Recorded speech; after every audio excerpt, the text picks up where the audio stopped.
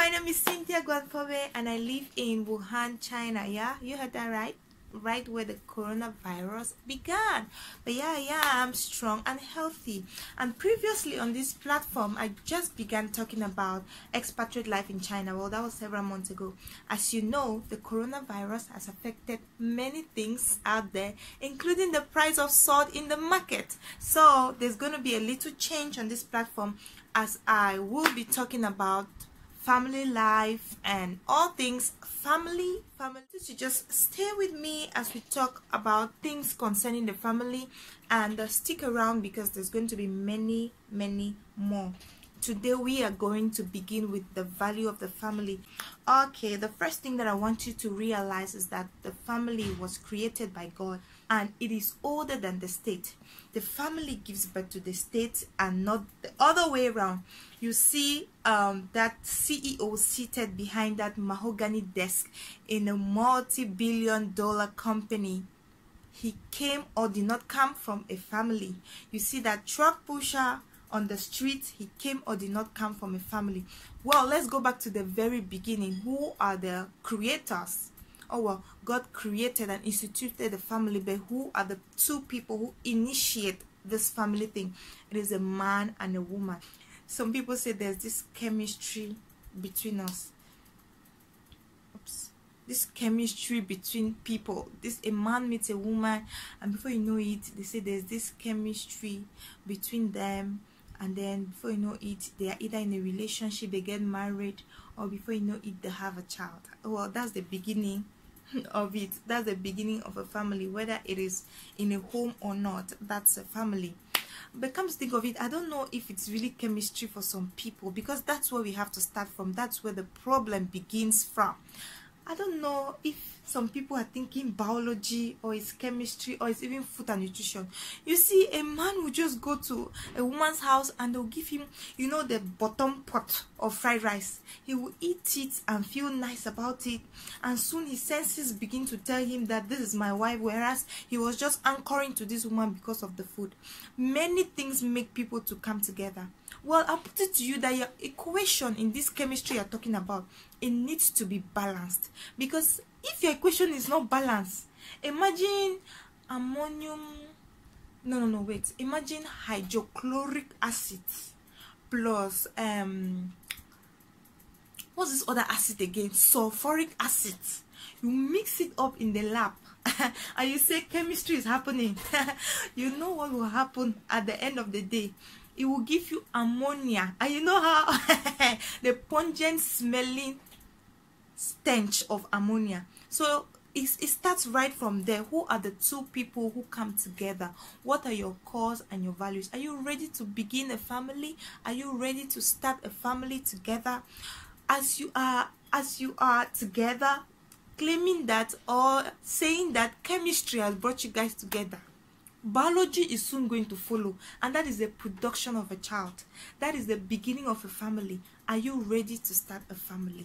Are you ready to take up the responsibilities and the tenets of family values that the Creator himself, God, instituted? Well, let me put it to you also that the family is the smallest denominator of the society. It means that it's from the family that the society is born. It's from the family that we have all kinds of ills and good morals in the society, you see. So, or should I just say morals in the society? Yeah. So it is very important the way we grow up in the family. I was listening to a message by Miles Monroe, the late Miles Monroe, and he said this: the reason our societies are sick sociologically, mentally, and spiritually is as a result of the family breakdown. If a child is born outside of a home situation, it would take grace for that child to grow up with some morals and values. It would take the grace of God, and it would take some teaching, some sound doctrine from either intentionally or from people around for that child to grow up as a strong individual tomorrow. Well, that's because the family is the nurturing place for the child. It is from the family that we start to build up who this person or this person will become. It is from a family that will start to teach a girl child how to sit, how to greet uncle, how not to sit on uncle's legs, uncle's laps. It's from a family that will teach a boy child how to be hardworking in himself, how not to grow up with the mentality of one day I'll get married and leave all my burdens to my wife and then face only my career. I need to make money for my family. It is from a family that we teach people about, that we teach children about some certain values, so that when they grow up, we have a good society, we have a balanced society. Yes. But nowadays we see that so many people, they don't even think about the family. You just I don't know, please, you think about these children that you're bringing into the world before you do that thing that you do before having children. If you do it like this, then children will come. You do not have to be surprised. But think of these children that you're bringing into the world. Think for 1 second that if these children had a chance to come through you to this world, if they had a chance to be born in this kind of setting, would they want to come into the world? But yet the innocent children just come through this mother, they come into the world, and this is what they find. A broken home. This is what they find. Broken society. This is what they find. But I put it to you that if you're a parent watching me or you're a guardian, you are the beginning of a formation of a good society, because of the things that you teach your children, because of the things that you teach the people that live with you, that you call family. Family is the cure for all social ills. The family can only be the cure for all social ills when we realize that we have to begin the care in the family. If you realize that you are going to start a family and not just visit the hospital every year or every 2 years that you're going to give birth, then you will know that this thing, family upbringing, is a responsibility that was given to me by God, and therefore I need to take it seriously. Then you will know that you do not just have to jump into any kind of relationship or jump into any kind of sparkle. You don't just say our bodies are charging and therefore something is happening. Think of the family. Think of the fact that this thing you were about to begin, a family, it is an institution that was created by God, and you as a custodian of the family, you are a workmanship created by God to build up a world. The world is built through the family. Those people that you see sleeping on the streets is because of what a family did or did not do. It's true that when kids grow up, life happens, and then okay, maybe they may leave home despite what all of the things that their parents have taught them. The family is the recognized place for reproduction, that's for posterity. Well, a lot of people have their choices. Some have chosen to be single parents, some life happened to them, some it happened intentionally or not. But yet what is important is the core values that you pass on to this human being that you have brought to earth. Well, I want to say, before you tangle up with anybody, before you say there's a sparkle and there's a trickle of something that is happening between us, think of the fact that if this human being that is growing up in your stomach has a chance to choose if to come through you or not, would they want to come through you to this world? If they have a chance to choose whether they want to be brought up in that environment, would they want to come through you to this world? Well, it has happened. The child is growing in your stomach, for example, and he or she is making his way to this world very soon. How ready are you to begin a family with this person? How ready are you to ensure that there's one more CEO in the next 25 years? There's one more pastor in the next 30 years. There's one more responsible human being. There's one more value that is added to the world just because you have decided to manifest. And now you are pregnant, the baby is coming.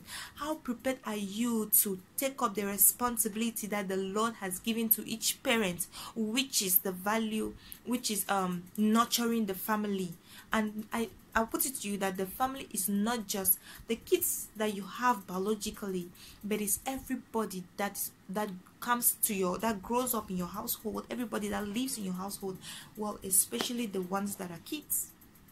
You have heard people say that between 0 to is it 12 years is the time when you nurture a child. What responsibility are you doing to ensure that there is the society is more balanced, because you're doing a good job at recognizing the institution of the family? How responsible are you to being a workmanship unto God for establishing his kingdom here on earth through the values of the family? Well, a lot of things have happened. God did not intend for death to scatter families. God did not intend for divorce to scatter families. God did not intend for any social ill or even the state to scatter families. It is God's intention. That is why he created man, and then from man he created a woman, and then they started reproducing. But well, sin came into this world, but Jesus conquered it. Now we as human beings have allowed a lot of things to happen to us. We have allowed we have let ourselves loose, and we have given back the power to the enemy to allow a lot of things to happen to us. It was not the intention of God for the father to lose his life, for the mother to lose her life, for some bad things to happen to the family in such a way that the family becomes broken, and then it happens that the values of the family are lost. If a mother and a father and their children all grow up in one home, and the values that were given by God for the family are passed on to this generation, then you can be sure to an extent, except otherwise, that we have sound individuals in the society. We have balanced headed individuals. We have people with brain in the society. But now many things have happened. Okay, the father was the breadwinner. Now he has passed away. The mother is left with these many kids. Life is hitting her on the head. This is not how she planned to raise her children. This is not the situation she foresaw. Now, what is she going to do with all of this? How else can she handle this? She decided for it to be blissful. She decided for her kids to be level-headed. But now the bread winner, the cake winner, the hamburger winner, he has departed. And now she is faced with holding this hot pot, which is 4 children, 5 children, or 3 children to take care of. What is she gonna do? We find that things are now changing. Before you know it, the firstborn is in Douala doing some work somewhere for somebody. You don't even know what that child is learning in that place. Now the second-born is somewhere doing something. The family is scattered because they need to survive, because of the need for daily bread. Now we find brokenness starts infiltrating into the family. We find that the family is no longer a home but a house, because things have happened. We find that the home breaks up. The mother goes her own way, the father goes his own way, and the children are just growing like that. In that situation, it would take a strong will to realize that it doesn't matter what is happening to my home. It doesn't matter the storms that have beaten my home. I need to uphold the value of the family, it mirrored especially to the children that I'm raising and the people that live in my home, because I want a balanced society. Remember that what your children go through is what they will live after, except that they meet a situation that will renew their minds. So even if your home is breaking because of no fault of yours, or even if it's a fault of yours, please do not forget that you are still building up a family, and therefore you need to pass on some values to these children that live in your home. Before you send your child off for vacation at your sister's place or at your auntie's place, just so that you can rest, or because probably there's not enough resources to take care of all of you, remember that you need to pass on some family values.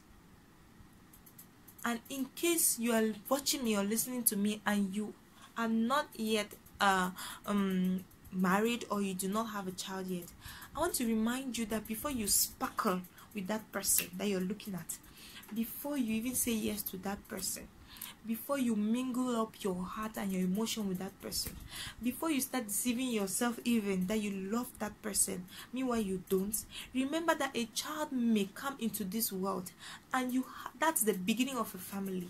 You have become a mother, you have become a father automatically, and so you don't have to be surprised. You need to now continue this responsibility. The child is here, what are we going to do about it? You need to continue this responsibility of building up a family so that we have a balanced society.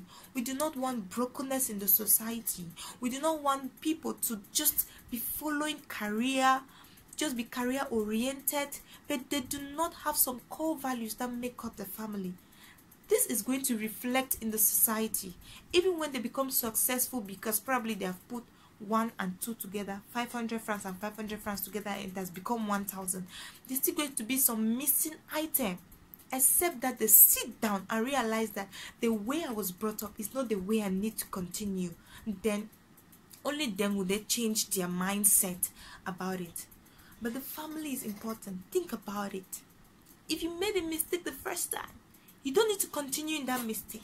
You can still go to factory reset and reset everything, especially if you are a Christian. There's room for a change.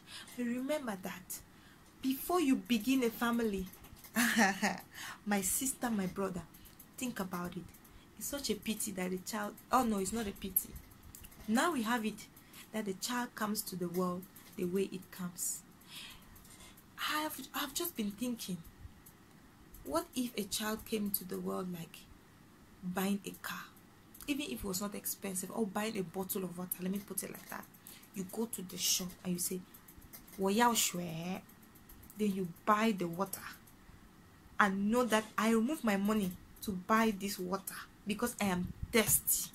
I could decide to ignore my thirst, or I could decide to buy the water because I have the money. But no, that's not how a child comes to this world. Some people two people love each other. They just think that something is happening in their minds. I don't know. They just think that, okay, before you know it, some feelings, some emotions start to sparkle. And before you know it, they are together, intimate. Before you know it, I'm not seeing my flower. Before you know it, I'm pregnant. Before you know it, the baby is here. What are you going to do? Dada, you're a mother. What are you going to do?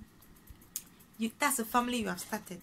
Whether it's out of wedlock or not, that's a family you have started.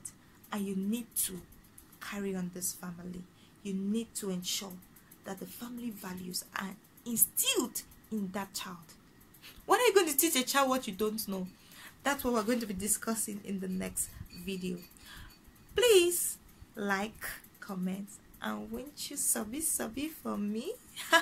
Sure you would. Okay, so see you in the next video. Bye bye.